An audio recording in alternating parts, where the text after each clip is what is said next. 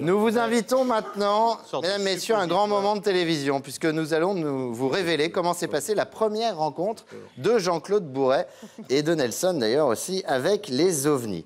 Alors, c'était bien il y a bien longtemps, et évidemment, puisque nous sommes dans la 5e dimension, un peu, voilà, on va rappeler quelqu'un du passé. Pour ce faire, nous allons faire appel à l'un de nos plus grands noms. Là, on a deux grandes légendes de la télévision. De l'histoire de la télévision, voici monsieur Léon Zitrone.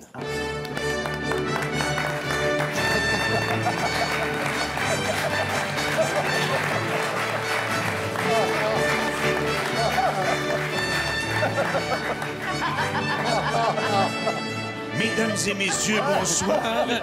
Ici Léon Zitrone en direct de Paris Première, où nous allons vivre sous les caméras de Gilbert Larriaga cette reconstitution historique qui fera date dans l'histoire de la télévision française. Et ce, bien entendu, grâce aux moyens de l'ORTF, en rediffusion directe différée, in visu, in fine, et comme le disait mon professeur de latin, après un bon cassoulet, in petto. Je me trouve donc, mesdames et messieurs, bonjour, sur place, les deux pieds dans la glaise et par un blizzard pénétrant qui me gèle les noix, malgré mon slip kangourou fourré en poil de marmotte thermolactyle, que vous pourrez vous procurer, comme l'a fait mon épouse, dans le nouveau catalogue d'Amar, daté de l'année 1953. Je suis donc, mesdames et messieurs, bonsoir, sur cette fameuse route départementale 79 qui relie dans l'ancien duché du Nivernais la petite bourgade de Remplis-moi la fiole, au lieu dit Sors-moi le martien. Notons, mesdames et messieurs, bonjour, que ce périmètre était connu depuis fort longtemps pour ses apparitions étranges, puisque des paysans du cru y ont déjà croisé un footballeur instruit, un cycliste non drogué et Nelson Montfort sans bouclette. Alors que la nuit commence à tomber comme un contrôle fiscal sur la tête d'un donateur de l'association de défense de la 5 qui vient d'alimenter la cagnotte pour la libération de Patrick Balkany, un bruit de sonnette déchire la nuit aussi précipitamment qu'un malade de la gastro-entérite déchire une feuille de papier toilette. Immédiatement braquées dans cette direction, les caméras de Gilbert Montagnier et de Stevie Wonder, qui ne sucent que si l'on s'en sert, nous font découvrir une sonnette actionnée par un vélocipédiste qui n'est autre que Jean-Claude Bourret, Casacrostock verte, qui rentre de chez sa grande-tante, plus connue sous le nom de Tata Bourret.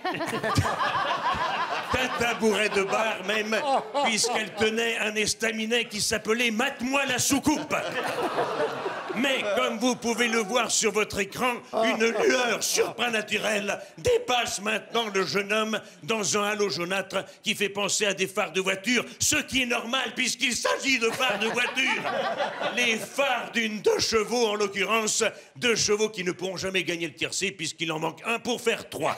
Et c'est là, mesdames et messieurs, bonsoir, que Jean-Claude Bourret tombe nez à nez avec une forme de vie surnaturelle, ciré jaune et botte en caoutchouc. Il est persuadé d'être en présence d'un extraterrestre puisqu'il s'agit d'un pêcheur de moules breton dont personne à ce jour n'a pu expliquer la présence dans un champ cultivé du Massif central.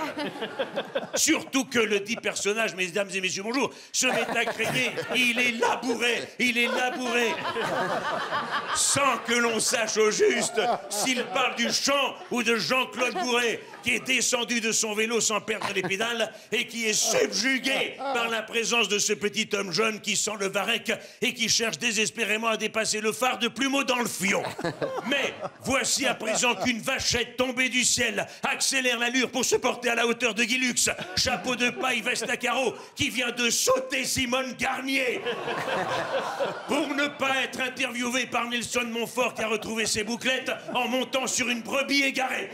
Nelson Montfort qui pourrait prendre l'avantage s'il n'était coincé à la corde par Jean-Claude Bourret qui se pince le bigoudi pour vérifier qu'il n'est pas chez le coiffeur.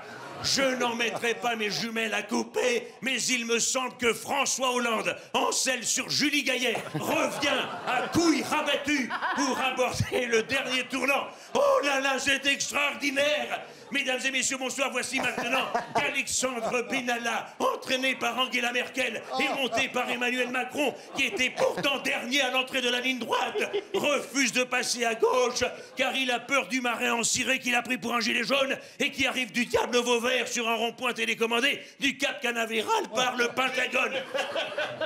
Vous vous doutez bien, mesdames et messieurs, bonjour, que pendant ce temps, Jean-Claude Bourret ne s'en est pas laissé compter et c'est la queue en trompette qu'il franchit la ligne d'arrivée, malgré la présence au-dessus de sa tête d'un gros cigare lumineux qui semble être la cause de toute cette pagaille et qui émet une lumière absolument éblouissante.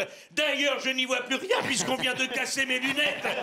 Je voudrais rendre l'antenne, mais auparavant, je veux rassurer mes proches. Je vais bien. C'était un reportage de Léon Zitrone. Les Kazakhs, les tocs étaient de Roger Hart. Les tribunes de Donald Cardwell. Ici Léon. À vous que n'y a de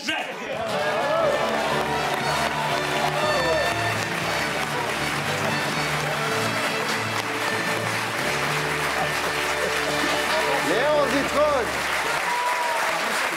Allez, foutez-moi le camp maintenant. Michel Guidoni. D'ailleurs, je tiens à signaler que Jean-Claude Bourret était le premier à faire apparaître Michel Guidoni. On ne vous remercie pas, oui, à la télévision, bien sûr. Qui a évidemment un énorme talent, comme chacun de ceux qui sont ici.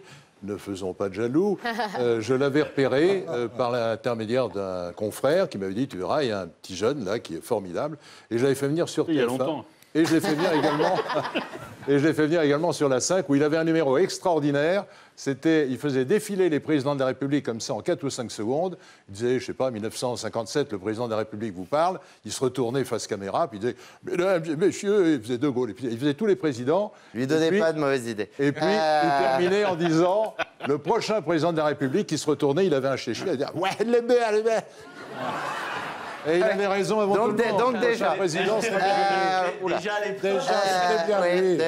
Michel Guidoni, donc vous vous retrouvez dans son one-man show qu'il jouera le 7 décembre à l'espace culturel de Puget-sur-Argence, mais également avec notamment Florence Brunel et Jacques Maillot au théâtre des Deux Ânes dans Trump. Non, c'est le On est mal Macron. On est mal, là, bien sûr.